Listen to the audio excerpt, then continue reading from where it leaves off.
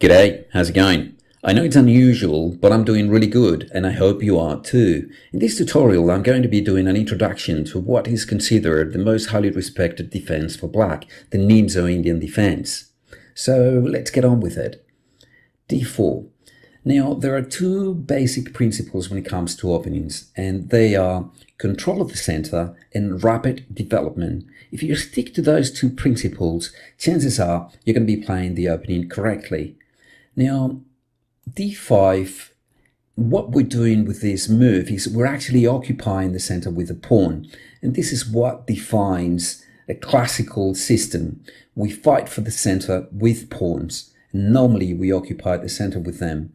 Now, after c4, black normally tries to keep a pawn on d5 because, take a look at it. I mean, with that pawn on d5, we still preserve control over the e4 square.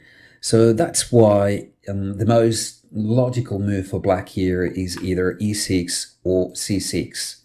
If we take that pawn instead, this is the queen's gambit accepted, then white can play e4. He's got control over the center, he's occupying the center, and he's going to grab that pawn in no time. Normally he wins that pawn back in no time. There are other moves here apart from e4, of course, but I'm just telling you that you should try to keep the center. Control over the center. So instead of d5, black can also play knight to f6. And as you can see here, black's fighting to control those two central squares, d5 and e4.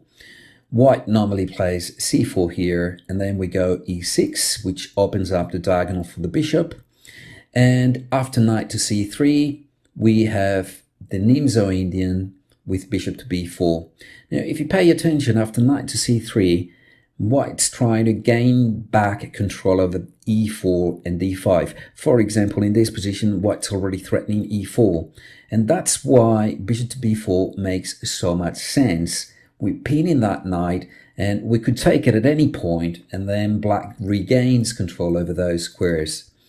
Now, one of black's main ideas in the Nimzo Indian is to take that knight on c3, and by doing so, we damage white's pawn structure, because those two pawns will be doubled and it will be easy to attack them. We'll see some examples of these later on.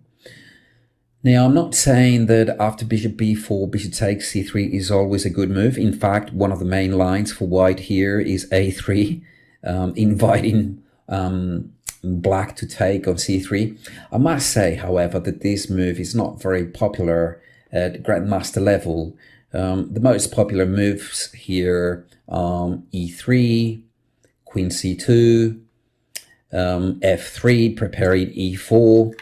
Those are the main lines, and yeah, other moves are not as good. In this position, white would like to play e3, but his bishop gets locked in momentarily. That's why bishop to g5 makes so much sense. This is called the Leningrad variation, and I must say it's not particularly popular nowadays. Black played h6 in this game, bishop to h4, and then c5, attacking the center. We're also making room for the queen. The queen can now come to a5 and break the pin against the knight. Now let's go back a little bit. After bishop to g5, can we play a move like, after bishop h4 I mean, can we play a move like g5 here? It is possible, but we're creating weaknesses on the king side. Bishop to g3, and now knight to e4 makes a lot of sense because we're threatening to take on c3. We've got two pieces pointing at c3, and also in some variations perhaps we'll take on g3 and gain the two bishops. So white normally goes queen to c2, combining defense and also attacking the knight. So we need to protect that or take on c3. If we take now, then we're wasting time. After pawn takes, the bishop would need to retreat. It doesn't make much sense. We could take on g3, but remember, if we take on g3, white will take back with the h pawn, and then he's got the h file, which could give black some problems. So black normally plays either d5 or f5. Let's take a quick look at f5. Now, white has moved all those pawns on the king side and he's created some weaknesses. However, it's not easy for white to exploit those weaknesses. It would take him too many moves to try to exploit that. Maybe he could go e3, bishop here, and then bishop to h5. But that takes like 3 moves, and guess what? Black's not going to keep still and let you do whatever you want. He's going to do something about it. So after e3, Black's got different options here. Maybe he can go b6 followed by bishop to b7. That's one of the main lines in this position. He could also take on c3. If we don't take on c3, like if we play b6, maybe white can defend this pawn so that he doesn't need to double up his pawns on the c file. Like maybe he can go knight here, and then after bishop to b7, maybe he can go a3. We take on c3, he takes back, we take, and then he takes back with the queen. And now this is dangerous because white's got the 2 bishops, and now look at this diagonal. This bishop is actually very active also. This is definitely better for white. So instead of doing this, we're going to do something different. After knight to c3, we're going to take on g3. But white gets the h file, and this position is unclear. I like this bishop. It's a very nice bishop, but I'm slightly worried about those pawns, and Black is behind in development. Look at his queen side. It's going to take him a while to develop those pieces. Still, this position is close to equal, but I think white's got slightly better chances. So in this position, I think c5 is a much better move. The immediate threat could be queen here, or maybe pawn takes, queen takes, and then the knight comes out, gaining a tempo against the queen. White's got to do something about it. The most logical move is d5. So after d5, Black normally plays d6 in this position. I have to say that there is a gambit line here which is very interesting, and it's a line which resembles the Benko gambit, and that move is b5, attacking this pawn on c4. The point behind this move is that now, of course, if you take here, then Black can take on d5, and those pawns look good. If you take on f6 now with the intention of taking back on d5 with the queen, Black would take back with his queen and attack c3, so white has no time to gain his pawn back on d5. So in this position, white normally takes on e6 first. He's threatening to take on f7 with check, so we need to take back, and then he takes that pawn. And now Black's got a couple of different ideas. He could play like a Benko gambit with a6, or the main idea is d5. Now, grandmasters such as world champion Mikhail Tal have played this system. It's a very aggressive system with threatening d4 here. So white normally goes e3, then we castle, knight to f3, queen to a5. We're creating our first threat. We're also threatening knight to e4. So bishop takes to get rid of that knight. We can't take on c3 now because, of course, white would take back. So rook takes, queen d2 to protect that knight, and here we're probably going to go a6. And after pawn takes, we could take back immediately, but then he's going to take that bishop and probably castle, unless we take with the queen, but Black's queen is doing a nice job on a5. So a much better move is knight to c6 here, possibly intending d4, which is what happened in the game. Bishop e2, and here take a look at this move, d4 exclamation mark, and after pawn takes, we've got this beautiful idea. We take on f3. The idea is to be able to take on d4 without a knight being defending d4. So bishop takes. It looks like this should be okay for white because he's got threats along the diagonal, but it doesn't quite work. Pawn takes, and now if he takes, we're going to take here, and white's got very, very serious problems. He can't take back. This position is winning. So after c takes d4, white's best move is this, but he doesn't really have enough compensation. After rook takes, queen d6, that's on. Rook takes e6, a6, bishop takes, and here we're simply going to go bishop to b4. And this queen needs to move somewhere, but it cannot protect this bishop. So queen to b8, pinning this bishop. Rook takes, rook a1. So if we swap, we've got problems. So what we do instead is we play bishop to c5. And this happened in a game between Tal and, well, Tal was actually black, and he was playing against ex-world champion Spassky. I guess I should call him world champion Spassky, because I did call Tal world champion also. All right, let's go back to the game. And yeah, d5. So rather than b5 in this game, Karpov chose d6. And now after e3, he decides to take on c3. Now, as you can see, White's got those double pawns, and he also has the two bishops. But if we keep the position closed, the two knights will actually be pretty good. So e5 makes a lot of sense in this position. And we have a closed center.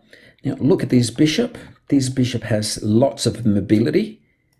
And the pawns, the central pawns, are fixed on dark squares, which means that this bishop on c8 is actually pretty good. Now, it's not very clear where White's light squared bishop is going to go, because those central pawns are fixed on white squares. Yes, he can use this diagonal, but I'm not sure if White can actually create any threats on that diagonal. In the game, White played bishop to d3. Nowadays, the most common move in this position is actually f3, which is a very flexible idea. Maybe the bishop can retreat here, maybe White can play e4 in the future, maybe he's going to keep those two pawns there for the time being, building up his position with bishop d3, knight here, knight here. Okay, so bishop d3 was played, and then black goes e4. This is a very interesting idea because black gains the e5 square for his knight. This knight is probably going to end up coming here. Of course, White cannot take this pawn because after g5, the two bishops are hanging. So that means he can't take that pawn. And also, if you take on c3, on f6 first, then we take back with the queen. And if he takes on e4, at the very least, we can take that pawn on d2 and possibly this one next move. So that means after e4, White shouldn't take the pawn on e4. So bishop to c2, and now this pin is kind of annoying, so we're going to play g5. It is true that this move weakens Black's king side somewhat, and also White's bishop looks pretty good on this diagonal, attacking d6. But if you think about it, it's not going to be easy to increase the pressure against d6. Which other piece can White use to attack that pawn? I don't think he can use any other piece to attack that pawn. It's impossible.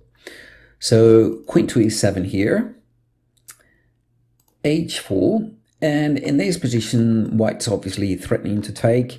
We probably don't want to take that pawn. I mean, if we do, maybe the rook gets into play, which is kind of annoying because he's increasing the pressure against e4.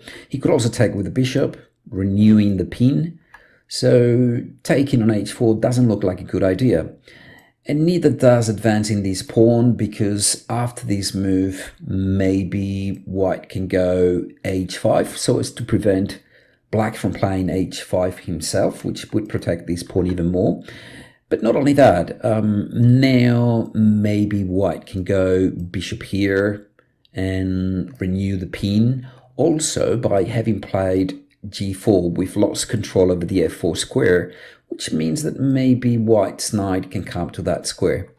So as you can see, advancing this pawn, the g-pawn, doesn't look like a good idea. And that's why Black plays rook to g8 in this position, which is a strange move because after pawn takes, White gains total control over the h file. But again, if you think about it, there's nothing on that file. There's nothing White can attack on that file. So how useful is that file? Maybe not that useful. Let's see how the game went on. Knight to e2, knight b d7, queen to b1. Renewing the pressure against e4. Knight e5 can now be met by bishop takes. So in this position, black now chose a very interesting idea. It turns out that black's king is not going to be able to castle queenside. That's pretty obvious. But castling queenside is not going to be easy either, because black will need to remove this knight first, then move this bishop somewhere, and finally castle. So instead of doing all that, black comes up with a beautiful idea. He actually brings his king to c7. So king to d8. Now, with the king on c7, this pawn on d6 will be even better protected. So white now goes a4. He's trying to gain some space on the queen side, and black decides to prevent that with a5. Now, this is a difficult move to make because those squares become much weaker, but I think it's definitely worth it because we've achieved a couple of things. First of all, white can no longer create any threats along the h-file, and also this pawn on a4 has been fixed on a light square. So much later in the game, maybe black will be able to put a knight on b6, put his bishop on d7. That pawn will need to be defended at all times if white doesn't want to lose it. I think a5 is a fine move in this position, a standard move in positions like these. So white now tries to double up on the b file. This makes a lot of sense. King to c7, king to c7, and now rook to h6 was played in the game. Now there is another idea which I thought about in this position, and that move is rook to b2. And I've seen a game where something like this was played. b6. I'm not sure about this move. I think this move could be a mistake. At first sight, it makes a lot of sense because black wants to put his bishop on a6 and attack this pawn. I know this pawn can be protected with bishop to b3, but if you think about it, that bishop on b3 is going to be really passive for the rest of the game. And eventually, maybe black will play knight e5, maybe white will need to take it, black will take back with his queen. I think black's position is actually pretty good then, but there is a very, very interesting idea for white here. He can actually sacrifice his rook with rook takes b6, exclamation mark, knight takes, and then he's got this move queen here, which not only threatens queen to c6, it also threatens queen takes c5, and then the pawn on d6 will fall. For example, if we go bishop d7, he takes here. The pawn on d6 is pinned, we can't take it. And if we move over here, he's going to take with the bishop. This position is extremely risky for black, because white threatens queen to c7. He obviously threatens to take this queen. If we defend with queen to d8, maybe he can go bishop e7, and he's going to win the knight on f6. This is a really difficult position. Really difficult position for black. So in this position, should white play rook to b2, we should probably avoid b6 and instead play rook to b8 instead, so that b6 can be played safely. Now against this move, I think white's best chance would be another sacrifice with knight to d4. So knight d4 creates so many threats. He's threatening knight to f5, knight to b5, or even bishop takes d6. Because if we recapture with the king, he's got a knight fork with knight to f5. If we take back with the queen, he's got the knight fork with knight to b5. So our only move here would be to take, and then he's going to take back, renewing the threat of c5. And here, if we try to stop that threat by means of b6, then he's going to go c5 anyway. d6 is pinned. We take on c5. He swaps rooks. Knight takes, and then he takes back with the pawn. And this is extremely dangerous because he threatens either bishop takes or pawn takes, winning our queen. He's also threatening queen here. Black's is still a piece up, but I think he's possibly winning this position. All right, let's go back to the game. In the game, white didn't play rook to b2. He chose rook to h6. So Karpov now chose rook to a6, defending d6 and possibly intending rook to b6.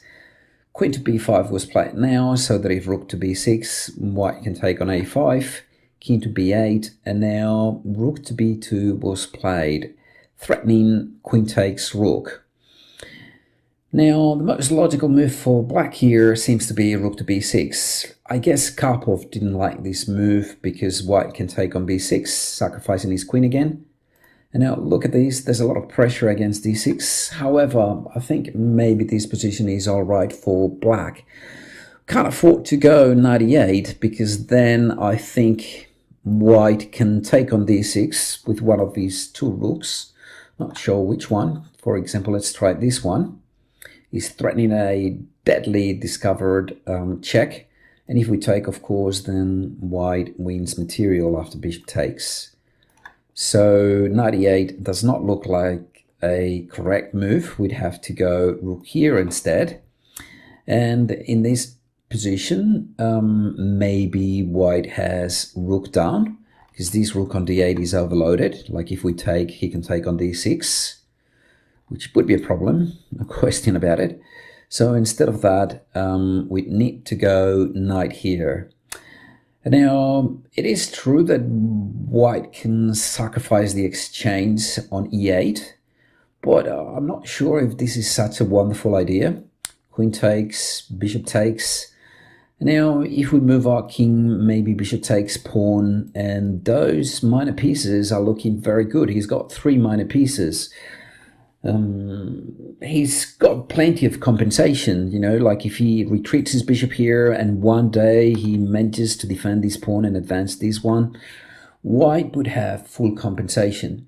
But in this position, maybe black can take on d6 and then play something like, I don't know, maybe f5 immediately, or possibly queen to e5. It does look better for black. I don't think white is forced to take the knight on e8. It would be a difficult position.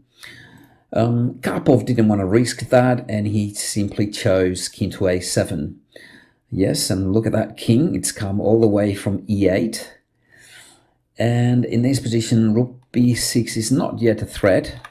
But just in case, white decided to play queen to b3 and retreat. But now black gets the initiative. Knight to g4, attacking the rook. The rook retreats, and then we've got f5. And this is what I mentioned earlier on. White hasn't achieved anything on the queen side, whereas black is making lots of progress on the other side of the board. This is how the game continued. King to d1, rook to b6. We swap rooks. Finally, we get to play b6, and this bishop will become active on a6, attacking one of the double pawns on the c file. Bishop here, knight here. And now we need to support the advance of this pawn, and Karpov does that with knight here, intending knight to g6, and then finally f4. Queen to e2, knight to g6, king to d2. And of course, if we advance now, this knight is hanging, so that means Karpov needs to retreat that knight. It doesn't look very complicated, does it? Well, that's Karpov. He makes things look easy. Queen to d1, and finally he's able to play f4. In this position, white resigned, which is quite incredible because, you know, it doesn't look like he's about to lose, but on a closer inspection, you realize that white's position is falling apart. For example, after f4, if he takes, then we go e3 exclamation mark. He can't take that pawn, because if he does, then we go knight e4 and we pick up the bishop on g3. And if he moves his king instead, like king to c2, then we simply take on f4, and this is a totally winning position. We've got queen e4 coming up. that pawn on g2 will fall, maybe the one on c4. White's position is simply falling apart. So after f4, if white continues with bishop to h2, then we have knight to e5, attacking that pawn, which is not easy to defend.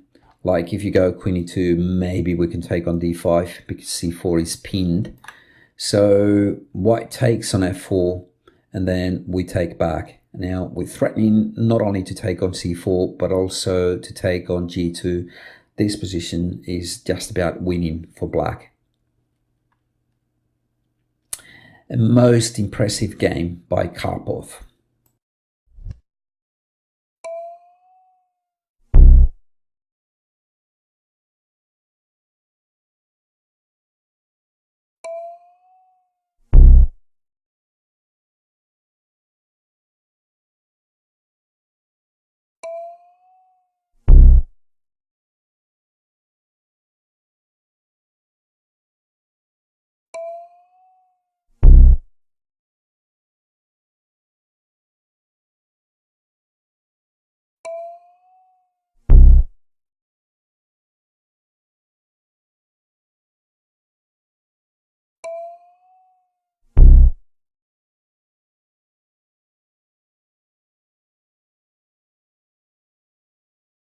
Thanks for watching. Please subscribe.